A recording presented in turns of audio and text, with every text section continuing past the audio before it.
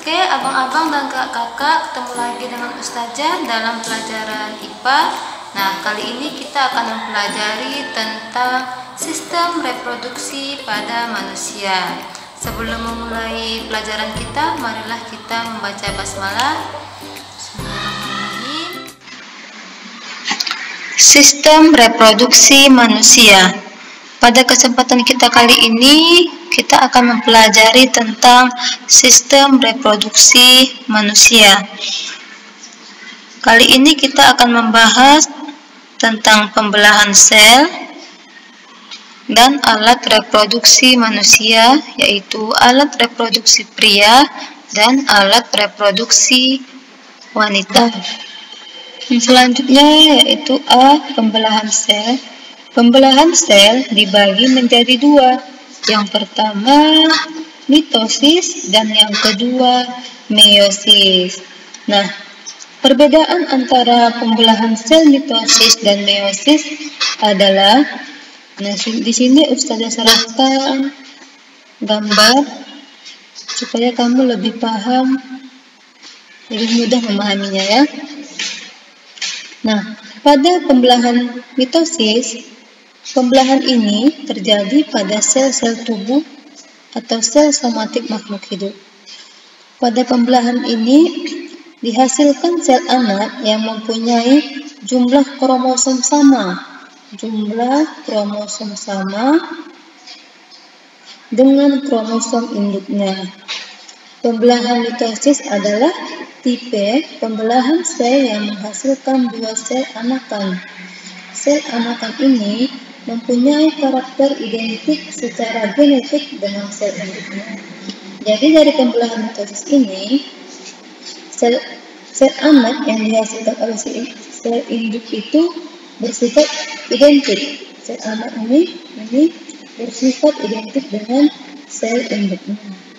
Yang kedua, pembelahan meiosis. Pembelahan meiosis hanya terjadi pada organ kelamin. Pembelahan meiosis berfungsi untuk menghasilkan sel gamet. Sel gamet itu ada dua, sel telur dan sel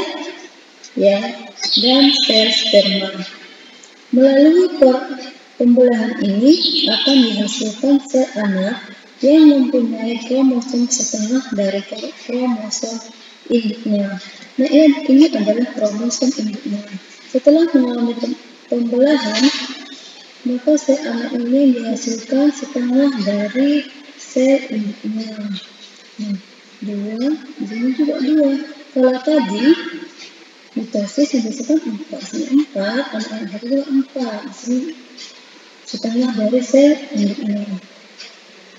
Dan nukleusnya tidak identik dengan sel induk. Bisa dilihat gambarnya.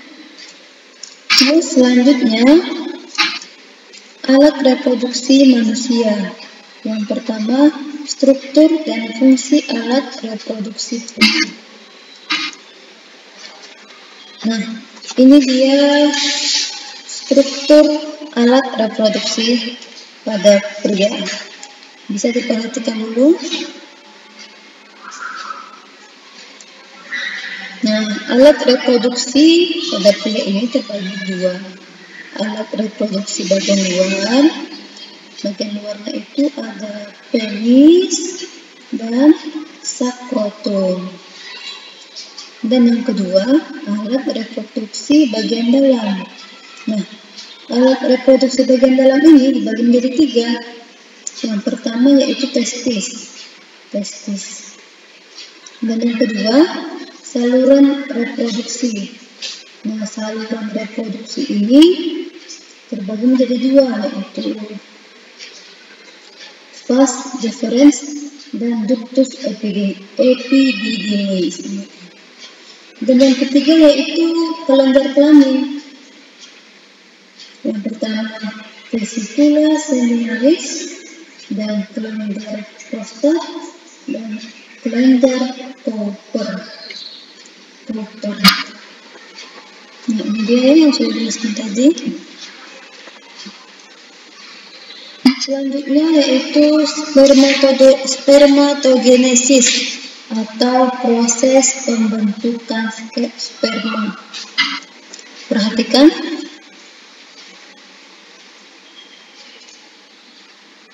Spermatogenesis dimulai dari pertumbuhan spermatogonium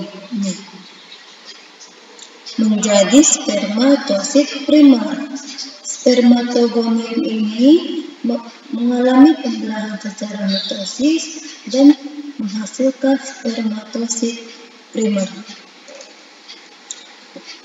Lalu spermatosit primer membelah secara meiosis menjadi dua, yaitu spermatosit sekunder. Lalu spermatosit sekunder ini membelah secara meiosis menjadi 4 spermatid yang sama besar. 4 spermatid yang sama besar. Perhatikan. Lalu ini mengalami spermatid ini, 4 ini berubah menjadi sitoplasma. Selanjutnya, spermatogenesis atau proses pembentukan sperma. Dimulai dari pertumbuhan spermatogonium mengalami pembelahan secara mitosis menjadi spermatosit primer. Spermatosit primer ini membelah lagi secara meiosis sehingga menghasilkan 2 spermatosit sekunder. Spermatosit sekunder ini membelah menjadi 4 spermatid. Ini dia. Lalu spermatid ini akan berubah menjadi sperma matang atau spermatozoa. Selanjutnya, struktur sel sperma.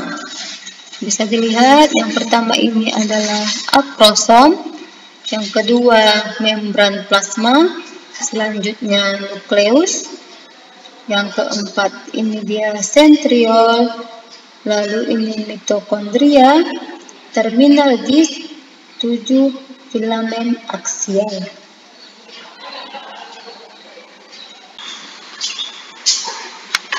Selanjutnya, struktur dan fungsi alat reproduksi wanita.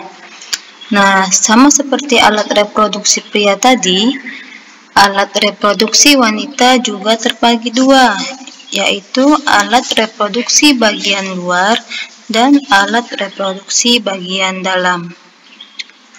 Alat reproduksi bagian luar itu terdiri dari mons veneris, bisa diperhatikan di gambar ya, labium minora atau biasa disebut dengan labia minora, bibir besar. Dia itu 2 lipatan tebal yang membentuk sisi vulva. Dan labia minora atau bibir kecil, yaitu 2 lipatan kecil dari bentuk di antara bagian atas labia mayora. Yang ketiga, klitoris.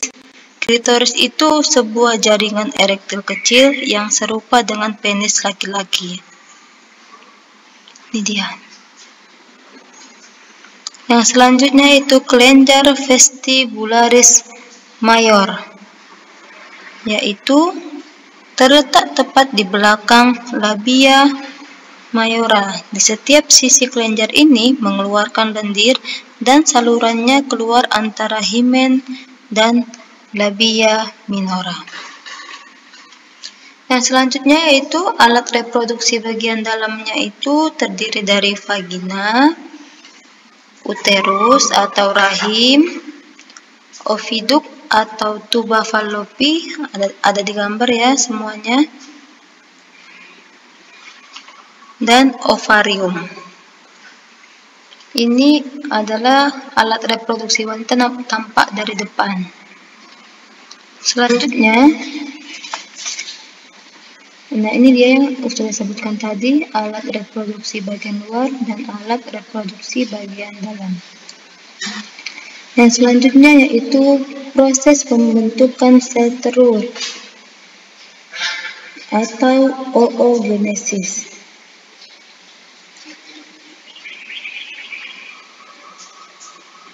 Oosit primer terbentuk dari oogonum.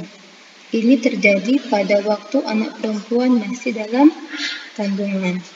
Lalu oosit primer yang terbentuk melakukan pembelahan secara meiosis, menghasilkan oosit sekunder dan satu badan polar atau polosit. Kemudian, oosit sekunder membelah kembali menjadi ootit dan satu sel badan polar kedua. Sedangkan badan polar 1 membelah menjadi badan polar 2. Menjelang terjadinya peleburan inti sel telur dan sperma, ootit berkembang menjadi ovum. Jadi, oogenesis menghasilkan satu sel ovum dan 3 badan polar. Selanjutnya menstruasi dan fertilisasi. Yang A, menstruasi. Menstruasi ini mengalami 4 fase. Yang pertama fase menstruasi, yang kedua fase praovulasi, yang ketiga fase ovulasi, yang keempat fase pasca ovulasi. Untuk lebih jelasnya, mari saksikan video berikut ini. Bagian utama dalam siklus reproduksi wanita adalah kelenjar hipofisis, ovarium, dan rahim yang satu sama lain terkoordinasi erat. Setiap bulan peristiwa satu atau indung telur lainnya melepaskan sel telur tunggal dikenal sebagai ovulasi, yang disebabkan oleh serangkaian interaksi kompleks antar kelenjar hipofisis, ovarium, dan rahim. Kelenjar hipofisis bekerja di bawah kendali daerah kecil otak yang dikenal sebagai hipotalamus. Siklus menstruasi baru dimulai ketika sel-sel saraf pusat ini mengeluarkan hormon yang disebut gonadotropin-releasing hormone atau GnRH ke dalam jaringan pembuluh darah yang mengelilingi kelenjar hipofisis. Stimulasi sinyal sel GnRH mengakibatkan kelenjar hipofisis mensekresi hormon lain, yaitu follicle stimulating hormone atau FSH.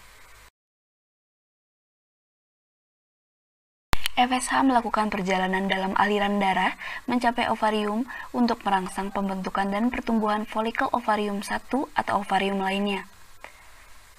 Folikel terdiri dari sejumlah sel telur yang mensekresikan hormon estrogen dan cairan. FSH membantu sel telur dalam mempersiapkannya untuk dilepaskan ketika folikel meningkatkan sekresi GnRH yang mana akan merangsang hipofisis untuk mengeluarkan hormon kedua, yaitu luteinizing hormone atau LH.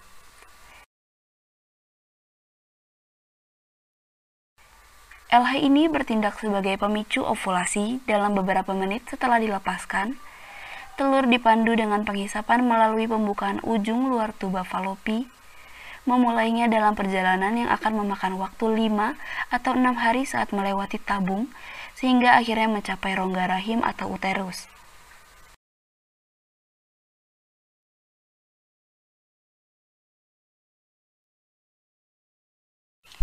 Sementara itu, setelah represi folikel itu diubah menjadi tubuh kekuningan yang dikenal sebagai korpus luteum. Sel-sel di korpus luteum mensekresikan hormon progesteron yang membawa perubahan penting pada lapisan rahim untuk mempersiapkannya pada kehamilan. Lapisan rahim dikenal sebagai endometrium yang mengalami perubahan sebagai respons terhadap tingkat hormon selama siklus di paruh pertama fase yang dikenal sebagai fase folikuler. Folikuler yang berkembang mensekresikan peningkatan jumlah hormon estrogen yang mendorong regenerasi endometrium.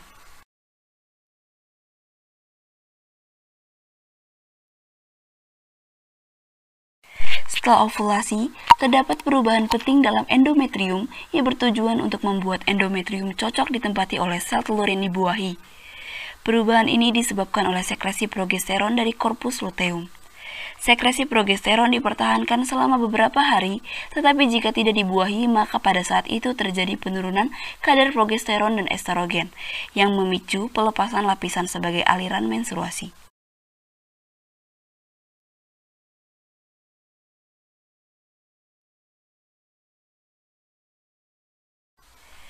Siklus dimulai kembali ketika telur dibuahi sehingga tidak ada menstruasi karena korpus luteum terus berfungsi mensekresi progesteron selama 3 tingkat pertama kehamilan.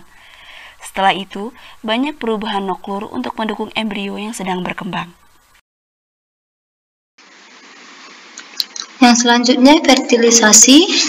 Fertilisasi itu disebut juga dengan pembuahan, yaitu bersatunya sebuah spermatozoa dengan satu buah ovum. Nah, apabila pada tuba falopi terjadi pembuahan dan dihasilkan zigot, maka zigot yang terbentuk ini akan bergerak ke arah rahim untuk menempel pada dinding rahim. Nah, di rahim inilah zigot akan berkembang menjadi embrio, kemudian menjadi janin. Untuk lebih jelasnya, mari saksikan video berikut ini.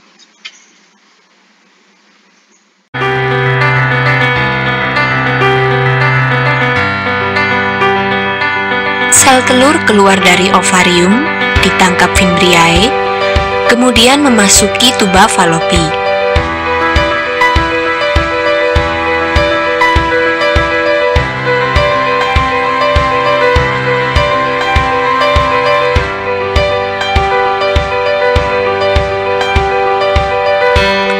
Jutaan sperma dihasilkan dalam sekali ejakulasi saat puncak senggama. Sesaat setelah dipancarkan di dalam mulut rahim, sel sperma bergerak ke rongga rahim untuk mencari sel telur yang matang dan siap untuk dibuahi. Dari jutaan sperma yang dipancarkan, hanya beberapa yang dapat bertahan hidup mencapai indung telur, dan hanya satu yang dapat mencapai dan hidup di indung telur. Sperma kemudian mempenetrasi ke dalam sel dinding telur, kemudian mengkombinasikan materi genetiknya dengan sel telur dalam proses yang disebut pembuahan. Sel telur yang telah mengalami pembuahan selama perjalanannya menuju rahim, zigot akan mengalami beberapa perubahan.